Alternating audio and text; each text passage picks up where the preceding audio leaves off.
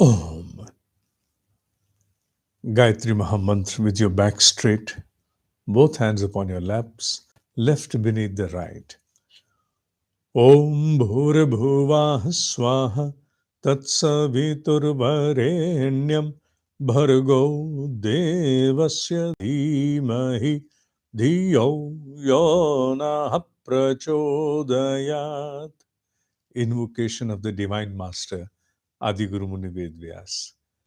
Guru Brahma, Guru Vishnu, Guru Deva Maheshwara, Guru Deva Sakshat Par Brahma, Tasmai Shri Guruve Namaha, Akhand Mandalakaram, Vyaptam Yena Characharam, Tatpadam Darshitam Yena, Tasmai Shri Guruve Namaha, Om Shri Guruve Namaha. व्यासरूपेण आवाहयामि स्थापयामि ध्यायामि पूजयामि ततो नमस्कारं करोमि. Shrimed Bhagavad Gita, chapter 9, verse number 17. A small boy sitting beside his grandpa. And the point of discussion is God is there. The inquisitive, small, young lad wants to understand where is God. The mature grandpa tries to answer with his experience and knowledge that it's all pervasive. God is everywhere.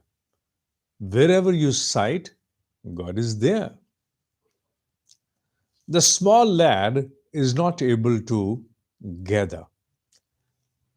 Accustomed, adept, trained, and born with the sensorial instruments, the child wants to establish this fact in the most tangible form. If God exists, then why am I not able to see it? Him, her, whatever. The grandpa continues, for the reason that God is everywhere, and just because of it, everything else exists. Therefore, wherever you sight, it's there. The young lad continues. He then asks him, why do people go to the temple? Is God not there? Yes, people go to the temple because God is very much there. So does it mean that God is in the temple? Now this question further makes the grandpa probe himself. And he comes with the right answer. Yes, God is there in the temple, but equally should be understood that God is within you too, for it is everywhere. This is quite confusing for the small child to understand because the child has not evolved to an age or to a state where he can understand what is all pervasive, the Vedantic truth. So he is not able to gather, confused, tries to further seek an answer. Grandfather also has a limitation. How should one establish something which is all pervasive? Whereas the child is also absolutely right in his own capacity. Anyway, the grandpa, in order to conclude the discussion, makes the last mention. We have a well at our home. Yes, we have the well at our home. And there is a water in it. Yes, there is a water in it. The God is there in the water of our well. Yes. Now that is something which probably a child can somehow compromise to, because the well and the water both are tangible and in proximity to the reach of the child, because the well exists within the home itself. They were probably staying in a small village. This small narration is quite true to the understanding that we shall draw from this particular verse number 17. Krishna wants to now convey the timeless Arjuna. The timeless seeker is Arjuna, and the timeless divine intuit is Krishna. Now, he wants to convey Arjuna about his all pervasiveness, and while conveying it to Arjuna, he makes a mention in the verse, look, Arjuna, I am the father, I am the mother, I am the beholder, and I am also the grandparent of this entire creation. Father and mother, obviously, when you want to establish the origin of any existence, you want to know where did it come from? What is the source? You may even go on further beyond that, seeking to know what is the source of it, the one which I want to establish as the source, which means going beyond this source. Therefore, the verse mentions that I am the father and I am the mother. Father am I, mother am I. Father and mother could also be understood as the Shiva and the Shakti. The Shiva, the original, the origin, the unmanifest, the original design of this entire creation. And Shakti, the energy that propels this entire system into action. Shiva and Parvati are the mother and father of this entire creation. So it is the Shiva and Parvati both in its own capacity, that great unmanifest one. Okay? After that, it goes on to say, I am the beholder who beholds the golden egg, Hiranyagarbha, because everything that shall further manifest into the creation in its visible and subtle dimension is through the Hiranyagarbha, the golden egg. And the golden egg beholds all possibilities and probabilities of the creation, like a DNA. So I am also the beholder of this entire creation. Anything and everything that unravels, I am the beholder. And then at the last, in the first line of the verse, it goes on to mention, you may be having a query in your mind, I'm adding this from my side. Then who is the grandfather or grandparents of the mother and father? That means going beyond the source to understand what is the source of the source to the second level. So to end that discussion, it conveys that I am the Pitamaha, I am the grandparent as well. So if at all you want to trace the lineage, then I am the lineage. I am the parent, the mother and the father. I am the beholder and I am the lineage. It's me alone. In the second line, it goes on to convey, okay, whatever is worth knowing, whatever is worth knowing, I am that. Okay. I am the Vedic wisdom. I am the Rig Veda. I am the Sam Veda and I am the Yajur Veda, Atharva being the part which came on at a later stage. Okay, whatever is worthy to be known, I am that.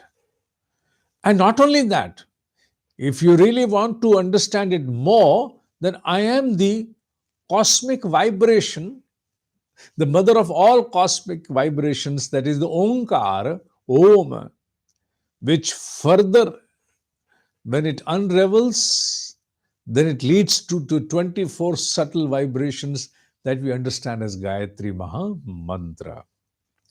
Although this aspect too shall be covered in a different shloka in Bhagavad Gita in a later chapter when Keshav also goes on to convey that I am the Gayatri Mahamantra. So I am the cosmic vibration. I am the primordial sound, Arjuna. It's through me that everything else gathers its own shape, form, or existence. I am it. This is the Upanishadic wisdom. Bhagavad Gita is an extraction from Upanishads, the extract of Upanishads, a very concentrated extract from the Upanishadic wisdom.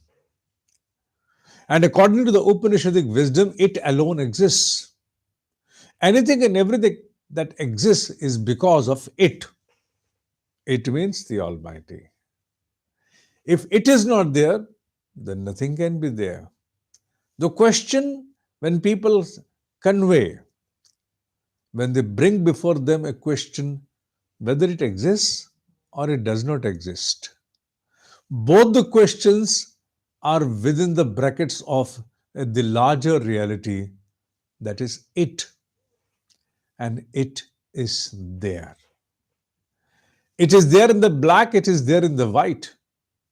And if it is not there, nothing is there. Because it is it. Yes, these kind of questions are quite confusing when one wants to understand.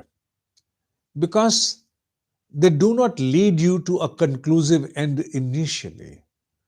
Because you want to establish the veracity of something which is all pervasive, cannot be handed over to you, brought before your notices within the ambit of your sensorial organs, and this is it.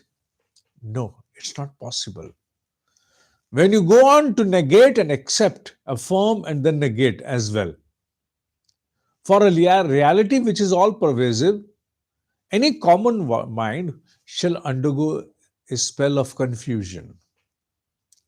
It's there where the contemplation of the seeker gets started, where you start understanding the importance of the Saguna Brahma and Nirguna Brahma. One you can tangibly associate with, and one which is all pervasive, without any form, without any measure. Gradually, when you go on to that level, from the most visible one, the tangible one, maybe in the form of an idol, any deity specific which you behold close to yourself. When you further onwards and you want to establish the availability of your Ishta Devata, of your own deity, the dearest one, naturally you cannot confine your deity to a limitation or a confinement that my deity is too small that it only exists right before me. It's not everywhere. So that means what? You're trying to belittle your deity by yourself. So what do you say? You obviously say that this is my deity in form, but my deity beholds unfathomable powers. It's beyond and it's everywhere. Then alone you can hold the highest reverence towards a deity, because if your deity is too confined, you would never give it to yourself as your own deity, because you seek all asylum, all kinds of enshowerings from your deity. And if your deity is belittled, small, confined, how can you gather anything from it? So you yourself have to determine the stature of your deity. I'm talking about Saguna Brahma, the Brahma with form, so that we can facilitate our understanding to associate with the Nirguna Brahma. So obviously, if you want your deity, the Saguna Brahma in form, to behold unfathomable stature, so you have to say to yourself, it's everywhere, everywhere, everywhere. How many omnipotent, omnipresent. Yes, this is an idol before me for me to connect, but in actual, the stature of my deity is beyond measure. That's what you conclude. Gradually, when you evolve further, then you realize if my deity in form is everywhere, is unfathomable and beyond measure, then is it necessary for me to confine it to any particular form or a place? You yourself would start asking yourself. The moment this kind of a question will knock the doors of your understanding, automatically a new ushering shall unravel. And that ushering shall be towards Nirguna Brahma, the formless, all pervasive. But that is not going to come to you all of a sudden. No, it's not going to come. You will have to travel a journey. Journey may be through one life or maybe many more to come. Depends where you are at the present in the journey, where you are in the journey of your own evolution. But this is how it comes. You first of all associate with something tangible, something you can relate with to easily connect. And then further onwards, when you want to measure its magnanimity, then you yourself will break the bounds, the boundaries. You will unshackle the confinements of your own deity. And you will develop an understanding if it is everywhere, then what is the need for it to be confined into one particular form? But before you are able to evolve to such an extent to accept at your depths, you have to undergo a journey of all kinds of critical appraisal, all skepticism, vulnerability to it does exist, it may exist, or it does not exist. All this goes on. And through this journey, where you have a lot of rumbling, tumbling, then you conclude finally to the Nirguna Brahma. And I must tell you, don't take my words as mere words that you will be able to conclude just by listening to one lesson. No, it is going to take a far more longer period of time. Maybe this life or maybe more lives to come. Service to your ears can dispense justice for moments. What about later on? Later on, your thought popping machine will then project towards you arrows of skepticism, suspicion, and will shake your roots. And then, if you are a true seeker, you will undergo contemplation. You will not be confined to merely the service of your ears. Then you will undergo deep contemplation. Let me trace the traits of this fact. The more you contemplate, the more you facilitate your own inner evolution. That is what we say, Shravanam, Mananam, Nididhyasanam. Shravan, when you read or you listen. Manan, when you contemplate upon it. And Nididhyasanam, when you try to be whatever you have contemplated upon. So Manan, short of Manan, the justice to a scripture of this kind, Bhagavad Gita, will not be done at all. And let it be understood for once and forever. So let me come down to the shlok as well, the words of the shloka in Sanskrit, so that you can now easily associate and connect with the understanding of Adi Guru Muni Ved Vyas. Here it is before you on your screen. Pita aham asya jagataha mata dhata pitamaha vidyam pavitram omkaraha rik sam yajuhu ev cha. I am the father, mother, sustainer, grandfather of this entire world. I am that is to be known. The sanctifier, Omkara, the cosmic sound, Rig Veda, Sam Veda, Yajurveda as well. I am, Arjuna, I am.